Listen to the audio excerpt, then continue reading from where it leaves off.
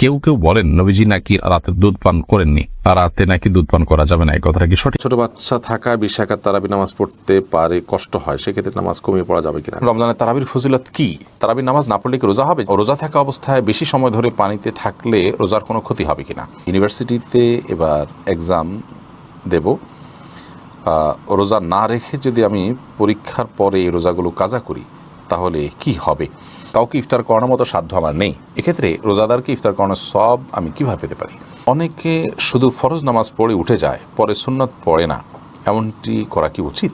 রোজা থাকা অবস্থায় নামাজে কান্না চলে আসে, চোখের পানি যদি মুখে চলে যায় তাহলে কি রোজা হবে? তারাবির 4 রাকাত পরপর প্রচলিত যে দোয়াটি পড়া হয় এ সম্পর্কে আপনি বলেছেন এটি হাদিসে নেই, অথচ একজন আলেম দাবি করেছেন এটি হাদিসে আছে, এ ব্যাপারে আপনি কি বলবেন? রোজার সময় ভুল করে কিছু খেয়ে ফেললে ওই রোজার পরিবর্তে কি আরেকটা রোজা রাখতে হবে? চলুন আমরা এবার আপনাদের প্রশ্নোত্তর আলোকিত ভবনে প্রবেশ করি। এই আমান আপনি লিখেছেন, আমার ব্যাংক অ্যাকাউন্ট থেকে কিছু সুদ জমা হয়, যেহেতু সুদ হারাম সেহেতু আমি সুদগুলো কোথায় দিতে পারি? দেখুন, ব্যাংক অ্যাকাউন্টে যে সুদের টাকা জমা হয়েছে সেই সুদের টাকা আপনি কোনো গরিব দুঃখীকে সওয়াবে নিয়ত করা ছাড়া দান করে দিবেন। আব্দুল কাইয়ুম আপনি লিখেছেন, নামাজে মন অন্যদিকে চলে গেলে করণীয় কি? নামাজে মন অন্যদিকে চলে গেলে যখনই আপনি টের পেয়েছেন সাথে সাথে মনটাকে ফিরিয়ে আনবেন এবং নামাজের রোকনগুলোকে রুকু, সিজদা, দাঁড়ানো, বৈঠক এগুলোকে যত দীর্ঘ করবেন, যত সময় নিয়ে করবেন, তত ইনশাআল্লাহ নামাজের ভিতরে মনোযোগ ধরে রাখা আপনার জন্য সহজ হবে। শায়লা নাহার আপনি লিখেছেন, মহিলার কি মিডিয়াম শব্দ করে কোরআন তেলাওয়াত করতে পারবে? তাতে কি পাপ হবে? যদি গায়ে মাহারাম কারোর কানে আওয়াজ যাওয়ার আশঙ্কা না থাকে, আপনি আপনার বাসায় আছেন, কক্ষে আছেন, আপনি উচ্চস্বরে তেলাওয়াত করতে পারেন, কোনো অসুবিধা নেই। আপনার আওয়াজটা গায়ে মাহারামের কানে না পৌঁছালেই হলো, আপনি উচ্চস্বরে তেলাওয়াত করতে কোনো এই দৃষ্টিকোণ থেকে বিধিনিষেধ নেই। শুভ আহমেদ অবাক এডি থেকে আপনি লিখেছেন, নামাজে সম্পূর্ণ মনোযোগী হওয়ার উপায় জানাবেন, উপকৃত হব। নামাজে পরিপূর্ণভাবে মনোযোগের জন্য প্রথমত নামাজের যথেষ্ট আগে থেকে অন্য সব বিষয় থেকে আপনি ফারিক হয়ে নামাজের জন্য ফ্রি হয়ে যান, সকল ব্যস্ততা থেকে ফ্রি হয়ে মসজিদে আগে চলে আসেন, একটু বসেন, অপেক্ষা করেন নামাজের জন্য। এবং দ্বিতীয়ত হলো নামাজের যে দোয়া সূরা কেরাত গুলো পড়ছেন সেগুলোর অর্থটা একটু বোঝার চেষ্টা করুন এবং সেগুলো মনে মনে চিন্তা করার চেষ্টা করুন। তৃতীয়ত নামাজের যে রোকনগুলো আছে সেই রোকনগুলোকে যতটুকু সম্ভব একটু লম্বা সময় নিয়ে ধীরে ধীরে করার চেষ্টা করুন, তাহলে ইনশাআল্লাহ নামাজের ভিতরে মনোযোগ আসবে, আল্লাহ চাহেন তো। চরণ হারিয়ে যায় আইডি থেকে লিখেছেন, ফজরের নামাজ মাঝে মাঝে কাজা হয়ে যায়, অনেক চেষ্টা করার পরও এর থেকে মুক্তি পাচ্ছি না, আমার করণীয় কি? ফজরের নামাজ মাঝে মাঝে যদি কাজা হয়ে যায় তাহলে সেক্ষেত্রে এর থেকে মুক্তি পাওয়ার উপায় হলো রাতে তাড়াতাড়ি শোয়া, এসার পর দেরি না করে দ্রুততার সাথে শুয়ে পড়বেন। যত দ্রুততার সাথে শোবেন ফজর নামাজ পড়াটা তত আপনার জন্য সহজ হবে, এটি হলো মূল করণীয়। আপনি এভাবে যদি অভ্যাস বানিয়ে ফেলেন এবং রাতে তাড়াতাড়ি শোয়ার জন্য মোবাইল থেকে অনেক আগে আপনাকে দূরে সরে যেতে হবে, সন্ধ্যার পর থেকে মোবাইলটি বন্ধ করে দিবেন, তাতে কিছু ক্ষতি হলেও হোক, কিন্তু আপনি অভ্যাস করে নিলে আপনার স্বাস্থ্যের জন্য এটি ভালো এবং ফজর নামাজ যাতে কাজা না হয় সেটার জন্য এটা ভালো এবং সহায়ক আমল।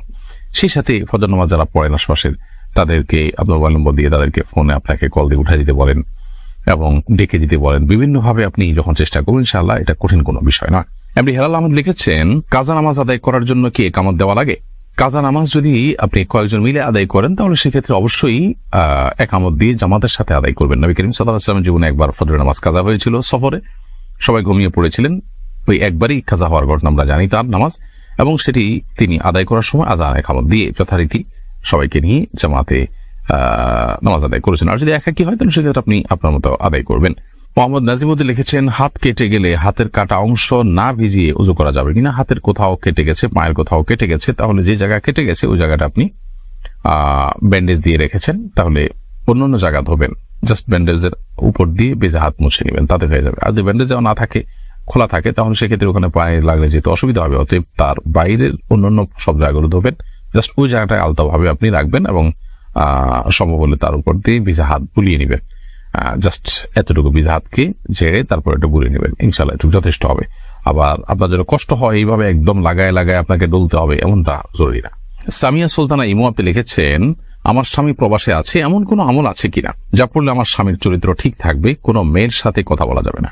আমল অবশ্যই আছে। প্রবাসী স্বামীর চরিত্রকে ঠিক রাখবার জন্য দেশে থাকা স্ত্রীর জন্য করণীয় আমল হলো, স্ত্রী স্বামীকে প্রথমত দ্রুততার সাথে প্রবাস জীবন শেষ করে যেন দেশে চলে আসেন এবং চাহিদাকে সীমিত করে ফেলেন, সেজন্য তাগাদা দিবেন। সীমাহীন ভাবে টাকা পয়সা উপার্জন করার জন্য যে আমরা মরিয়া হয়ে পড়ি এবং যুগ যুগ ধরে বিদেশে যে কাটানোর প্রবণতা আমাদের মধ্যে আছে, এটা মানুষের চরিত্র নষ্টের জন্য বড় অংশে দায়ী। অতএব এই কাজটা আপনি করেন, এটা আপনার আমল যে আপনার স্বামীকে লিমিটেড চাহিদা সেটা পূরণ করে তাড়াতাড়ি দেশে ফিরে আসার জন্য উদ্বুদ্ধ করেন, দেশে এসে হালাল উপার্জন যেটা করতে পারেন সহযোগিতা করবেন। দ্বিতীয়ত, আপনি সম্ভব হলে যদি সেখানে যাওয়ার কোনো উপায় থাকে তাহলে সেক্ষেত্রে আপনি সেখানে যান। আপনি নিজেরটা নিজে যদি বলতে না পারেন তাহলে কোনো আলেমের শরণাপন্ন হন, যাতে করে তিনি এটা বুঝেন যে স্বামী স্ত্রী একাকী দুজন দুই জায়গায় থাকা ইসলামের দৃষ্টিকোণ থেকে ভালো বিষয় না, বরং দুজন একত্রে থাকার যেন চেষ্টা করেন।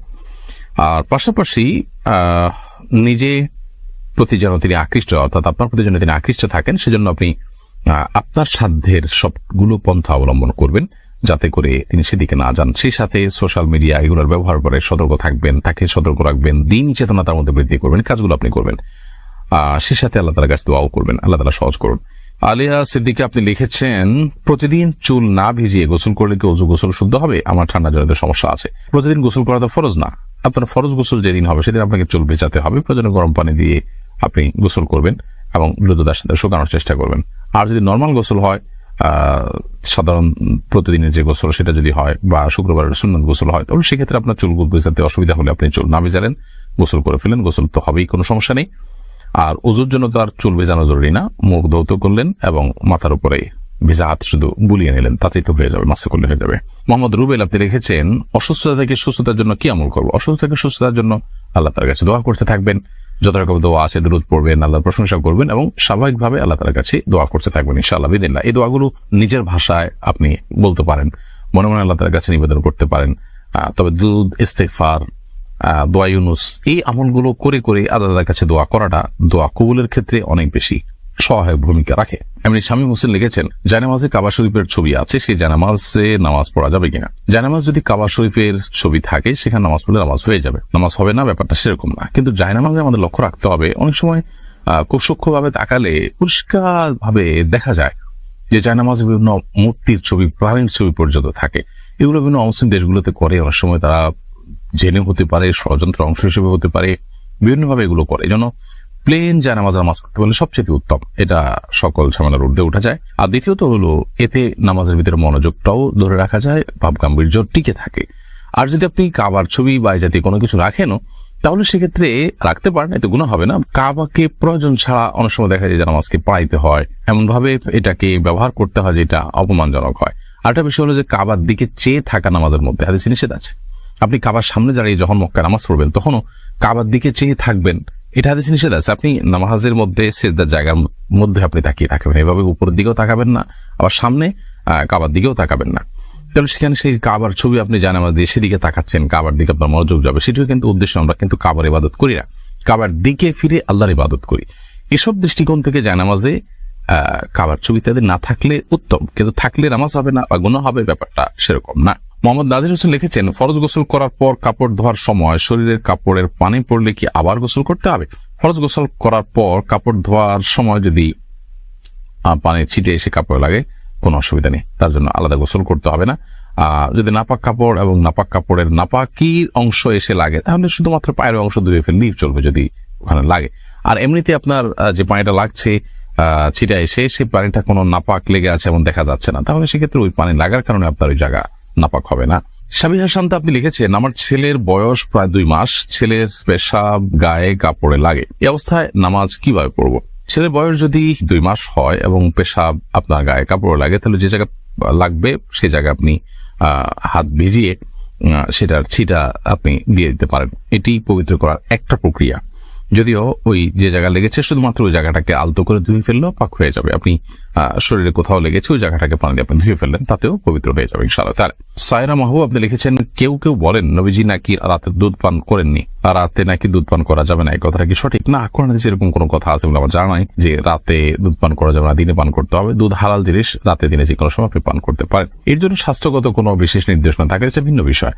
অভিজ্ঞতার আলোকে বা বৈজ্ঞানিক গবেষণা যদি কোনো এর অপকারের দিক প্রমাণ থাকে তাহলে সেটা ভিন্ন বিষয়, সেটা আপনি আমলে নিতে পারেন। বাট কোন দেশের আলোকের কোনো কথা বলা হয়নি যে রাতে দুধ পান করা যাবে না। নবী সাল্লাল্লাহু আলাইহি ওয়াসাল্লাম রাতে করেননি, দিনে করেছেন, রাতে করতে নিষেধ করেছেন, এরকম কোনো কথা। এরপর এমডি ইয়াসিন শেখ আপনি লিখেছেন, রোজা থাকা অবস্থায় বেশি সময় ধরে পানিতে থাকলে রোজার কোনো ক্ষতি হবে কিনা।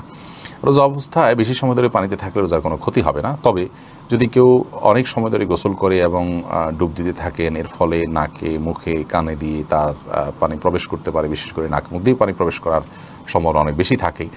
তো এই সম্ভাবনার কারণে, এই আশঙ্কার কারণে অনেক বেশি সময় ধরে ডুবুডুবি করা উচিত নয়, কারণ এভাবে যদি পানি ঢুকে যায় তাহলে তার রোজা ভেঙে যাবে।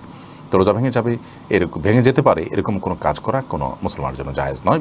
সেই বিষয়টির উপর আমাদের খুবই সচেতন থাকতে হবে, দায়িত্বশীল থাকতে হবে, সাবধান এবং সতর্ক থাকতে হবে। আর রোজার বিষয়টি হলো যে পানিতে আপনি যদি কোনো কাজে আপনি থাকতে হলো মাজা পরিমাণ, কোমর পরিমাণ বা বুক পরিমাণ আপনি থাকলেন, সেখানে 1-2 ঘন্টা, হয়তো অনেকে আছে পানিতে ডুবে কাজ করতে হয়, পানিতে আপনার নিজেকে মাজা করে কোমর পরিমাণ বা বুক পরিমাণ ডুবিয়ে তারপর কাজ করতে হয়, এটা তো কাজের অংশ হিসাবে, বিধায় সেটি তার জন্য জায়েজ আছে, কোনো অসুবিধা নেই। সের ফলে রোজার কোনো ক্ষতি হবে যে ব্যাপারটি সেরকম নয়, যদি পানি ভিতরে প্রবেশ না করে কোনো অসুবিধা নেই। সান হাবিব আপনি লিখেছেন, আমি ইউনিভার্সিটিতে এবার এক্সাম দেব, রোজা না রেখে যদি আমি পরীক্ষার পরে এই রোজাগুলো কাজা করি তাহলে কি হবে। দেখুন, রোজা অবস্থায় যদি পরীক্ষা আসে কিংবা ক্লাস করার ব্যাপার থাকে কিংবা কোনো ডিউটির ব্যাপার থাকে, তাহলে সেক্ষেত্রে সেই অজুহাতে রোজা না রাখার সুযোগ নেই। ইমানদার রোজা না রাখার সুযোগ তখনই থাকবে যে রোজা রাখলে তার জীবনহানির আশঙ্কা হবে, তার জীবনের উপরে বড় ধরনের হুমকি হবে, এরকম বিষয়ে তিনি রোজা না রাখার সুযোগ আছে, সেগুলো পরে তিনি রাখবেন। কিন্তু পরীক্ষা না দিলে তো আমি মরে যাওয়ার ব্যাপারটি এরকম নয়, অথবা আমি শেষ হয়ে যাওয়ার ব্যাপারটি এরকম নয়, ক্লাস না করলে আমি মরে যাবো, মৃত্যুর মুখে পতিত হবে, এটা এরকম না, হয়তো ক্ষতিগ্রস্ত হব। তো এই স্যাক্রিফাইসটা মাধ্যমেই তো আমাকে আল্লাহ তাআলার সন্তুষ্টির পথে এগিয়ে যেতে হবে। যদি এরকম পরিস্থিতিতে আমরা রোজা রাখি, তাতে আমরা মরে যাওয়ার ব্যাপারটা এরকম না, রোজা রেখে পরীক্ষা দেওয়া যাবে, ক্লাসও করা যাবে, হয়তো কঠিন হবে, হয়তো একটু কষ্ট হবে, কিন্তু এই কষ্টে একেবারে মরণাপন্ন অবস্থা হবে ব্যাপারটা কিন্তু সেরকম না, একটু কষ্ট হবে, জাস্ট এটুকু। বিধায় এটুকু সবার একজন মুসলমানকে তো করতেই হবে ইনশাআল্লাহ তাআলা। ইমানদারের কাছে ইসলামের রোকনগুলো, ফরজ কাজগুলো অনেক গুরুত্বপূর্ণ, সে কাজগুলো তিনি করবেন। সে কাজগুলো করার পাশাপাশি তিনি দুনিয়ার জন্য তার জাগতিক যে কর্মকাণ্ড আছে সেগুলোর জন্য তিনি আপ্রাণ চেষ্টা করবেন। যদি তিনি আপ্রাণ চেষ্টা করেও সেই সমস্ত কাজে কোনো প্রকার ক্ষতি হয়, ঘাটতি হয়, তো সেটাকে তিনি পুষিয়ে নেওয়ার চেষ্টা করবেন। অর্থাৎ এক কথা, স্যাক্রিফাইসটা হবে দুনিয়ার ক্ষেত্রে, দিনের ক্ষেত্রে নয়। আপনার জন্য দুইটা জিনিস আসলো আপনার সামনে, আপনি হয় দিনের ক্ষেত্রে ত্রুটি করবেন দুনিয়া ঠিক রাখার জন্য, আর না হলে দুনিয়ার ক্ষেত্রে ত্রুটি করবেন দিন ঠিক রাখার জন্য। কোনটা আপনার করা উচিত? একটা ক্ষণস্থায়ী খুব সীমিত সময়ের এবং সেটার প্রাপ্তির কোনো নিশ্চয়তা নাই, আর একটা স্থায়ী এবং সেটা প্রাপ্তির নিশ্চয়তা আছে, তৃপ্তির স্থায়িত্ব আছে। কোনটার জন্য আপনার স্যাক্রিফাইস করা উচিত সেটা বোধ হয় বলাই বাহুল্য। আল্লাহ তাআলা আমাদেরকে বোঝার তৌফিক দান করুন। বশির আহমদ আপনি লিখেছেন, কাউকে ইফতার করানোর মতো সাধ্য আমার নেই, এক্ষেত্রে রোজাদারকে ইফতার করানোর সব আমি কীভাবে পেতে পারি? কাউকে ইফতার করানোর সাধ্য আপনার নেই, এই কথা বোধ হয় এইভাবে পুরোপুরি সঠিক নয় প্রদর্শক। কারণ হলো নবী করিম সাল্লাল্লাহু আলাইহি ওয়াসাল্লাম এই জাতীয় হাদিসগুলো বলার সময় এতটা সহজ করে দিয়েছেন যে কেউ যদি একটা খেজুর দিয়ে, একটা খেজুরের অংশ দিয়ে, একটু পানি দিয়ে ইফতার করায় তিনিও সওয়াব পাবেন। আপনি নিজে তো রোজা রাখেন এবং ইফতার করেন আশা করি ইনশাআল্লাহ, সেই হিসাবে আপনি নিজের ইফতার থেকে একটা খেজুর বাঁচিয়েও কি আপনি কাউকে দিতে পারেন না? এই সামর্থ্য তো আপনার অবশ্যই আছে। আমরা মনে করি ইফতার করানো মানে হলো তাকে অনেকগুলো আইটেম দিয়ে খুব ভালোভাবে গর্জিয়াসলি ইফতার করানো, ব্যাপারটা তো সেরকম নয়। আর দ্বিতীয় কথা হলো যে আমরা পথে ঘাটে, বিশেষ করে আপনার ধরুন জ্যামের কারণে অনেক মানুষ আটকা পড়ে, তাদের ইফতারের সময় ইফতার করার তেমন কোনো সুযোগ থাকে না। আপনি যদি ইনটেক একটা পানির বোতল কিনে মাত্র 10 টাকা 15 টাকা খরচ করে একজন মানুষকে দেন, ভাই ইনটেক পানির বোতল, আপনি ইফতার করতে পারেন।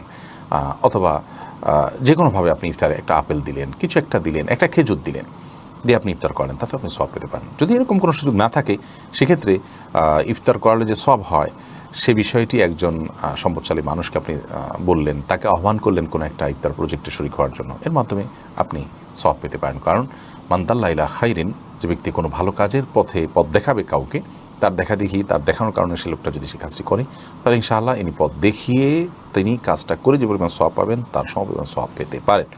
বিধায় আপনি কাজটি করবেন, এটি আপনার জন্য একটা বিকল্প। আল্লাহ তাআলা তৌফিক দান করুন। আরেকটি বিষয় হলো, কোন ইবাদত করতে আমি ইচ্ছা আছে প্রচণ্ড রকমের, আমার সুযোগ থাকলে আমি অবশ্যই করতাম, বাট সুযোগ নাই দেখে আমি করতে পারছি না, এরকম হলে আল্লাহ রাব্বুল আলামিন তাকে সওয়াব দেন।